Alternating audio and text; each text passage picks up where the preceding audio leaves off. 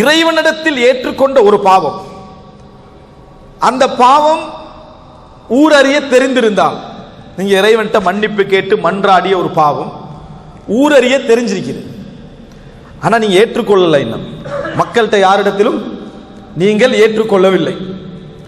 இது நான் இறைவனோடு சம்பந்தப்பட்ட விஷயத்துல சொல்றேன். மூணா பிரச்சனை, அதுல இறைவனோடு சம்பந்தப்பட்ட விஷயம் இரண்டாவது கட்டத்துக்கு எப்படி வருதுன்னு சொல்லுவாரு. இறைவனிடத்துல நீங்கள் ஏற்றுக்கொண்ட பாவம் மக்களுக்கு மத்தியில என்ன பரவி இருக்கிறது, ஆனா நீங்க யார்கிட்டையும் ஏற்றுக்கொள்ளல. இந்த மாதிரி ஒரு கட்டத்தில் எந்த பாவங்களை மக்களிடத்தில் நாம கேட்டால் ஏற்றுக்கொள்ள வேண்டும் என்பதற்கு நான் சொல்றேன், எதை ஏற்றுக்கொள்ளவே அவசியம் இல்லை என்பதையும் சொல்லுகிறேன். இந்த மாதிரி ஒரு கட்டத்தில் நீங்க முக்கியமான பணிகளில் இருக்கிற நேரத்தில் உங்களுக்கு முதலாவது கொண்டு வந்து தடைக்கு போடக்கூடிய ஒரு பெரிய பாறாங்கல்ல எது தெரியுமா? அதுதான். அதனால தான் மூசா அலைஹிஸ்ஸலாத்துடைய சம்பவத்தில் வலஹும் அலைய தம்புன் ஃபஅகாஃபு அய்யக்துலூன், இறைவன் அவரை நபியா அனுப்பி நீங்க போய் பேசுங்க என்ற சொன்ன நேரத்தில் மூசா அலைஹிஸ்ஸலாத்துக்கு முதலாம் ஞாபகம் வந்தது அந்த கொலை. மூசா அலைஹிஸ்ஸலாம் சொல்றாரு, நான் ஏற்கனவே அவர்களில் ஒரு பாவம் செஞ்சுக்கிறேன், அவர்கள் என்னை கொலை செய்து விடுவார்கள் என்று நான் அஞ்சுகிறேன் யா அல்லாஹ் அப்படின்னு சொல்றார். மூசா அலைஹிஸ்ஸலாம் போய் அல்லாஹ் தஆலா உறுதிப்படுத்தி அனுப்புறா. மூசா அலைஹிஸ்ஸலாம் பிரச்சாரம் செய்கிறார். பிரச்சாரம் செஞ்ச உடனேயே மூசா அலைஹிஸ்ஸலாத்துல ஃபிரௌன் கேட்டா என்ன தெரியுமா? وَفَعَلْتَ فَعْلَتَكَ الَّتِي فَعَلْتَ وَأَنْتَ مِنَ الْكَافِرِينَ وَفَعَلْتَ فَعْلَتَكَ الَّتِي فَعَلْتَ وَأَنْتَ مِنَ الْكَافِرِينَ, காஃபிரா இருந்தாயே, நீ நிராகரிச்சிருந்தாயே. மூசா அலைஹிஸ்ஸலாம் எண்டை காஃபிரா இருக்கல, ஆனா நம்மளோட இருந்தாய் என்ற அந்த கருத்துல சொல்றா ஃபிரௌன், நீ காஃபிரா இருந்தாயே, அந்த நேரத்தில் நீ ஒரு வேலை செஞ்சாயே, அந்த வேலையையும் செய்து விட்டு இப்போ என்ன தூதுத்துவமா அப்படி என்று சொல்லி ஃபிரௌன் கேட்கிறான். நீ செய்தது கொலையை செஞ்சுட்டு என்னோட பேச வாரியாண்டு. இந்த வார்த்தை உங்களுக்கு சொல்லப்பட்டிருந்தால், அந்த முத்துலக்குல் அத்தராஃப்னு சொன்னனே, ஒரு மனிதன் திறந்து ஏற்றுக்கொள்ள நம்ம செஞ்சிருக்க மாட்டோம் அதிகமானவர்கள். நம்ம அதை ஈஸியா எடுக்கிறோம். ஏனென்றா கேட்கிறவர் யார் தெரியுமா? எல்லா பிள்ளைகளையும் கொலை செஞ்சவன். கேட்கிறவர் யாரு? எல்லா ஆண் குழந்தைகளையும், குழந்தை என்பது ஆண் குழந்தை என்ற ஒரே காரணத்துக்காக கொலை செய்த, பல ஆயிரக்கணக்கில் கொலை செய்தவன் இந்த கேள்வி கேட்கிறான். எங்களோட முதல் பதில் என்ன? இதை நீ பேசுறியான்றதுதான் எங்களுடைய முதல் பதிலா இருக்கும். இதை நீ பேசுறாய், நான் செஞ்ச கொலைக்காவது ஒரு நியாயம் இருக்கு அப்படி என்று நம்ம அந்த நியாய அவநியாயங்கள் என்ன செய்வோம், ஆரம்பிப்போம்.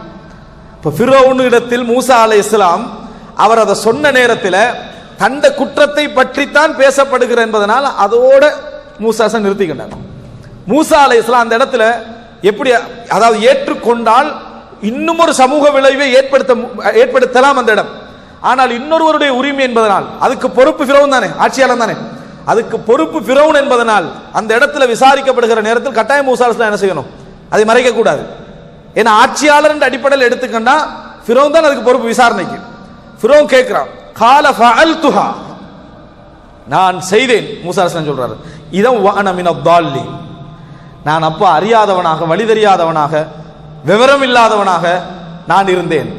தெளிவாக இன்றைய பாசையில் அந்த தால்லீன் என்பதை மொழிபெயர்ப்ப நான் வழிகட்டவனாக இருந்தேன். கால ஃபஅல்துஹா இதம் வஅன மினத் தால்லீன்.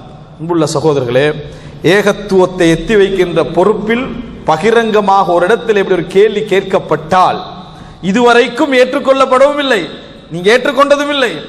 ஆனால் ஒரு விசாரணை மன்றம் அந்த இடத்துல ஏற்றுக்கொண்டு ஆக வேண்டிய கட்டம், பகிரங்கமாக கட்டம் என்று சொன்னால் கடமை.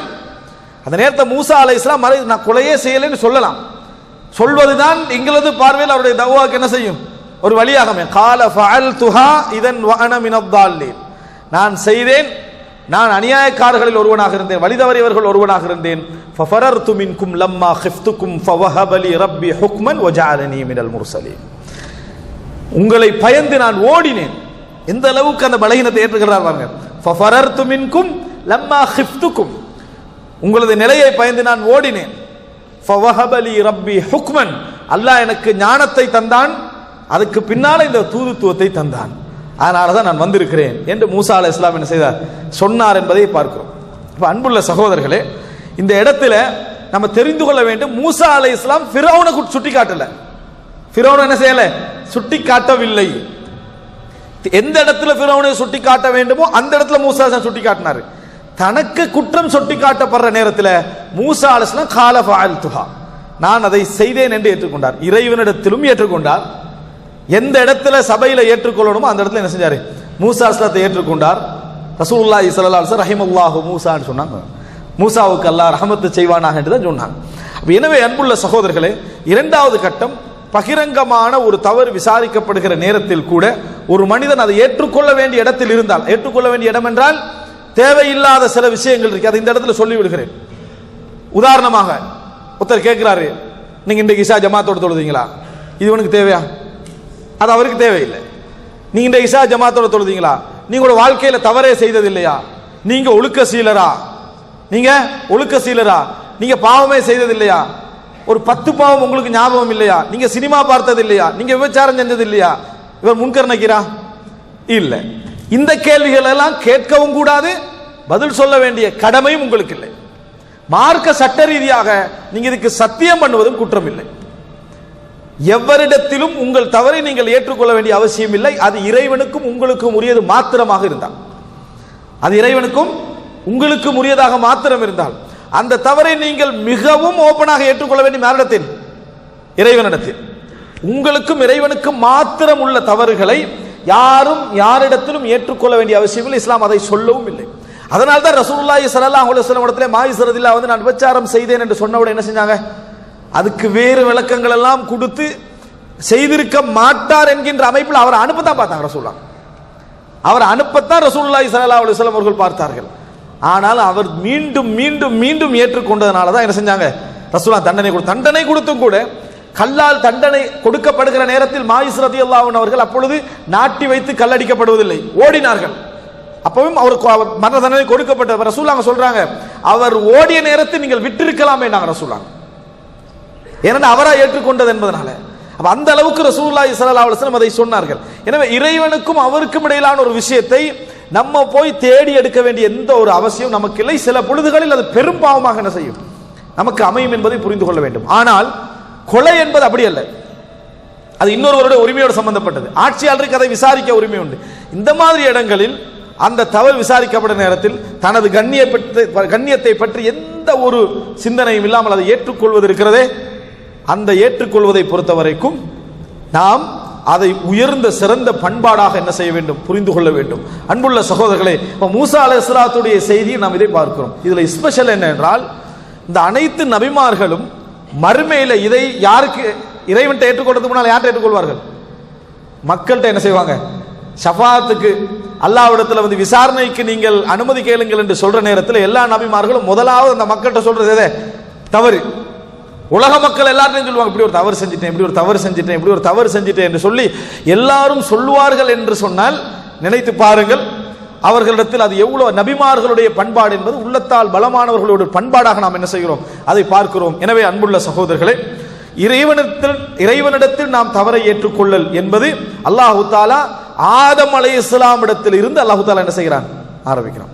ரப்பனா ظلمنا انفسنا وان لم تغفر لنا وترحمنا லனகூனன்ன மினல் காசிரீன். இங்கிருந்து ஆரம்பிக்குது. தவறு செஞ்சிட்டோம், பிழை செய்து விட்டோம், நீ மன்னிக்காது விட்டால் நாம நஷ்டவாளிகள் ஒருவனாக ஆகி விடுவோம் என்று சொல்லி அங்கிருந்து ஆரம்பிக்குது அந்த தௌபா என்பது. இப்ராஹிம் அலைஹிஸ்ஸலாம், அதாவது வல்லதி அத்மா ஐயக்ஃபிரலி ஹதீஅத்தி யௌமத்தீன், நான் பேராசை வைக்கிறேன் எனது பாவத்தை இறைவன் மறுமையில் மன்னிக்க வேண்டும் என்று நான் பேராசை வைக்கிறேன் என்ன செய்தார்?